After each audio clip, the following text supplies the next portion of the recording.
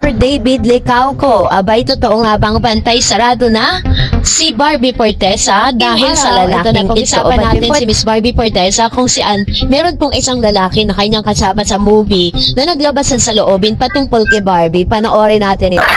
Sino ba naman kayo? Kasi grabe si Barbie, sobrang bilang isang actor din, parang isa siya sa iidologin mo din talaga. Ang galing niya magdala, parang talaga siya. Tapos sa kanya na lahat. Nasa kanya na lahat. Sa kanya na lahat. Ba't sinayang ba? Madali yung pinanggalingan. Nasa kanya na lahat at sinayang pa. Bakit? Hindi ko yan ako, hindi mo sasayangin. So, nag-iisipan mo ba? Nagsasabi yung single ka, di ba? Single po. Kung single naman siya, siyempre bago pa lang naman kayo. Hindi naman pwedeng. Gusto mo muna maging friends kayo. Friends, Attracted ka na sa kanya. Ang video po na inyong napanood ay ilan lamang sa mga interview with Mr. JC Alcantara na sinasabing type daw di umanong ligawan si Barbie Fortesa dahil according to JC, nasa kanya na nga daw ang lahat. Bakit sinayang pa? Yan ang ilan sa mga statement ni JC Alcantara.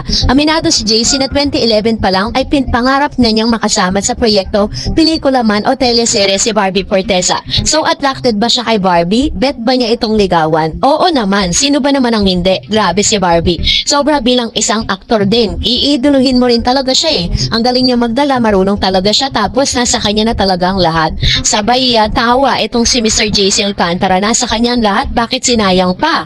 Hirit pa ni JC, teka, parang may patutsada yata ito kay Jack Roberto ha, na bakit nga ba naman niya sinayang ang pagmamahalan nila ni Barbie? So, kung ikaw ba ang boyfriend ni Barbie, hindi mo sasayangin. Hindi ko sasayangin. Tila nahihiyang chika ni JC. So, pinag-iisipan mo bang ligawan agad-agad si Barbie? Single naman ako, mukhang single naman siya, pero gusto ko muna na maging friends muna kami. Ngayon ko pa lang siyang nakikilala, sabi ni JC. So, dahil po sa mga pahayag ni JC Alcantara, ay tila baga sinasabi ng ilang mga netizen na kailangan na po magmadali, no? Etong si David Licauco, kailangan niya na i-push at talagang bakuran si Miss Barbie Fortesa. Siyempre po, di ba pag marami po mga kalalakihan ngayon na talagang naumalig dito kay Miss Barbie. Pagkatapos ng breakup sila ng dati niyang karelasyon, sino-sino na po mga aktor ang nalilink kay Miss Barbie Fortesa. Pero si David Licauco pa rin talaga ang hinahanap-hanap ng mga tao para kay Miss Barbie.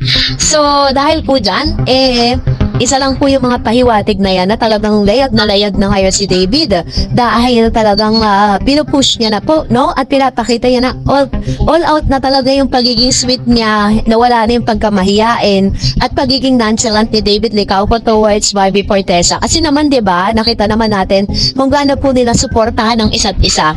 And hindi talaga maiiwasan na may mga actors na talagang magkakagusto or magkakakrush dito kay Miss Barbie Fortesa dahil po sa ganda nito, sa pagiging talented at dun sa napakagandang working or dun sa pagiging professional nito pagdating sa trabaho. Kaya naman sinasabi ng mga Barda fans na dapat daw itong si David ay talagang bakuran na si Miss Barbie Fortesa at huwag nang sayangin pa. So, abangan natin ang mga susunod na kabanata. At dahil dyan, magbasa tayo ng mga komento ninyo sa comment section. Unahin natin si Miss Sally. Sabi niya talagang hindi mapaghiwalay ang Barda. Ayan po, naglayag na si David Barbie. Sana alagaan mo sa set si David. David, alagaan mo si Barbie sa set. Papanoorin ko talaga. God bless. Ayan. Actually po, nakita niyo naman po yung mga behind the scene videos and photos po nila. Yun po talaga yung kapanapanabik. Kapag po gumagawa sila ng mga ganitong klase ng serye, di ba? Parang talagang asasabikan mo yung mga pwedeng maganap. And sabi pa niya ni Miss Ami, sobrang sweet ng Barda. Nakakilig naman. Grabe na kayo, kasweetan ha. And of course, sabi ni Miss Tessie Sawis, thank you again about your statement about them. Love it. I like your voice. Very clear. Ikaw na. Yan, salamat Ma'am si Tess sa inyo pong komento.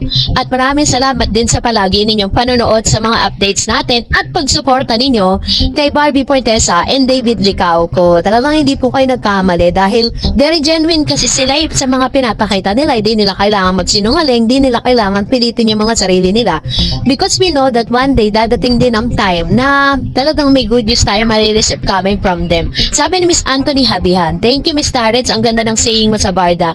Kaya isa ka din sa pinapanood ko, overflow ang love nila. Ayan, salamat din Sir Anthony. And Miss Leo supported, good morning DF, masaya ang puso ko kasi magkasama na ang Barda sa Beauty Empire. God bless. Ayan, yan po kasi yung binalita ko po sa inyo noon na there is a possibility na si David Licao po ay ipasok, no, dito po sa bagong serye ni Miss Barbie Forteza. Ito na nga, ginawa na nga po siya ng character at napaka-significant ng character ni David sa buhay ni Noreen. And sabi ni Miss Elaine, thank you so much Miss Tarens for your full support to Barda.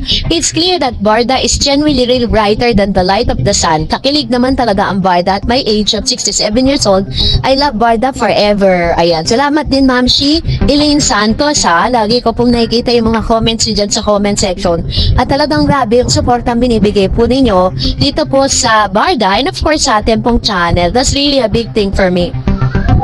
And another, sabi po ni Miss Kit, happy ako sa Barda, lalo na now, may aabangan tayong series. Ito nga lang ayuda nila, grabe na. Ayun pang mapapanood na sa siya at si Barbie. Tagal nating inantay. Very true, no? Grabe po yung mga pinapakita nila ngayon. Kitang-kita mo talaga na hindi nila pinipilit, diba? Hindi pilit yung kanilang mga pinapakita video. Dito ko talaga nakikita na very genuine ang kanilang pinapakita sa isa't isa dito. And another one, sabi ni Miss Rodel, I'm very excited to both of you na makita ko lang kayong dalawa sa Beauty Empire. Sabi ni Miss Anita Diaz, it's a long overdue. I miss Barda and hope it will have a lot of follow-up.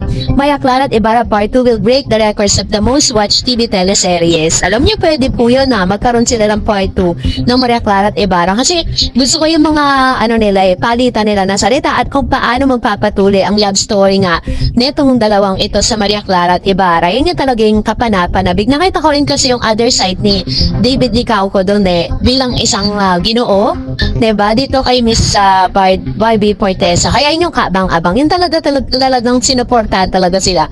At doon mas lalong pumingi yung pangalan nila sa karakter na yon. And sabi ni Sir Anthony, sana magkaroon sila ng sitcom every Sunday or Saturday. Pwede rin, no? Romantic comedy, sitcom. O kaya naman, talagang kumaga sila yung bida, diba? And another one, sabi ni Miss Maria Dolores Gonzalez, Ma'am Darets, ang pag-ibig ni David kay Barbie ay wagas at magbabago kahit hindi sabihin na dama ng puso ni Barbie. Ayan, ito naman yung kanyang opinion patungkol sa bagay na ito. Salamat po Ma'am Shi Maria Dolores Gonzalez sa inyo pong komento. And for the last comment, sabi niya, sabi ni Red Lady Singapore, Barda, hello Ma'am Darets, thanks sa laging shoutout. Ano kaya masabi ng JM Guardia Panots yan? Ba may girlfriend na sinasabi niya, Alexandra? Very true. Hindi po gaganyan si David Licao ko kay Barbie kung may girlfriend yan, diba? Kumbaga parang may distance yan. Tulad dati, may distance talaga lalo na si Barbie kay David dahil hindi sila single nun. Pero this time, wala pong hadlang at walang masasaktan, walang magseselos. So that's it for today. For more videos and updates, please don't forget to like and subscribe, and please don't forget to follow my Facebook page, Dar Eds TV. God bless everyone!